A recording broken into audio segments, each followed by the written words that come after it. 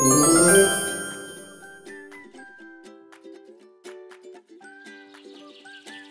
সকালে একটি শিয়াল জঙ্গলে ঘুরছে। শিয়ালটি ছিল খুবই ক্ষুধার্ত। সে খাবার খুঁজছে। একটি কাককে গাছের উপর দেখলো। গাছটির মগ ডালে বসে আছে। তার মুখে ছিল এক টুকরো পনির। আমি পনির পছন্দ করি। আমি ভাবছি এটা যদি আমার হতো, আমি কিভাবে এটি পাবো? মনে হয় আমি আমার সকালের নাস্তা পেয়েছি। সে ভাবছে ভাবছে হঠাৎ তার মনে একটি দুষ্টু বুদ্ধি আসলো। আইডিয়া! আমি যদি কাকটিকে কথা বলাতে পারি।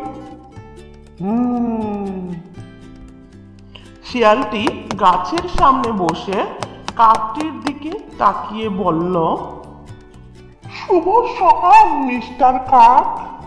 আজ দিনটা খুবই সুন্দর, তাই নয় কি?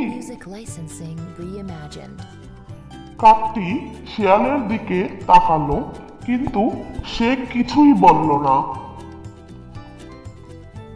আমি বললাম, শুভ সকাল, তুমি কি আমাকে শুনতে পাচ্ছ? হয়তো তুমি আমাকে শুনতে পাচ্ছ না। কাকটি শুনতে আগ্রহী হলো শিয়ালটি কি বলতে চাচ্ছে তাকে। তার ঠোঁট দিয়ে পনিরটি আরো শক্তভাবে চেপে ধরল, কিন্তু কিছুই বলল না সে। এটা এত সহজ নয়, শিয়ালটি ভাবল, কিন্তু কিছুই মনে করল না। শিয়ালটি একটি হাসি দিল। তুমি খুবই সুন্দর পাখি কাক। তোমার পালকগুলো খুবই চকচকে উজ্জ্বল। তোমার চোখ দুটি বলে দে তুমি খুবই বুদ্ধিমান। আর তোমার ঠোঁট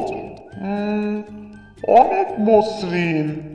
তোমার সবকিছুই যথেষ্ট ভালো কাক। কাকটি দাঁড়িয়ে শুনছিল, কিন্তু কিছুই বলল না। শিয়ালটি বলল, বলো তো মিস্টার কাক, তোমার কণ্ঠও কি অনেক সুন্দর, তোমার বাকি সবকিছুর মতো? আমি তোমার সুন্দর কণ্ঠটি শুনতে চাই। দয়া করে আমার জন্য একটা গান গাও। মাত্র একটা গান, আমি যাতে সবাইকে বলতে পারি তুমি সবচেয়ে পারফেক্ট পাখি, তুমি পাখিদের রানী। কাকটি খুবই আনন্দিত হলো। সে চাইল সবাই যাতে তাকে ভালো গায়ক হিসেবে জানে। সে পাখিদের রানী হয়ে থাকতে চায়। সে একটু হাসলো, সে একটু বেশি করেই হাসলো। সে তার মুখ গান গাওয়ার জন্য খুলতেই পনিরটি নিচে পড়ে গেল ও শিয়ালের মুখে চলে গেল। মিস্টার কাক, পনিরটি খুবই সুস্বাদু ছিল।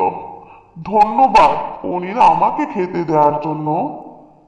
কাকটি হা করে তাকিয়েছিল। সকালটি খুবই ভালো ছিল। বিদায় মিস্টার কাক। হা হা।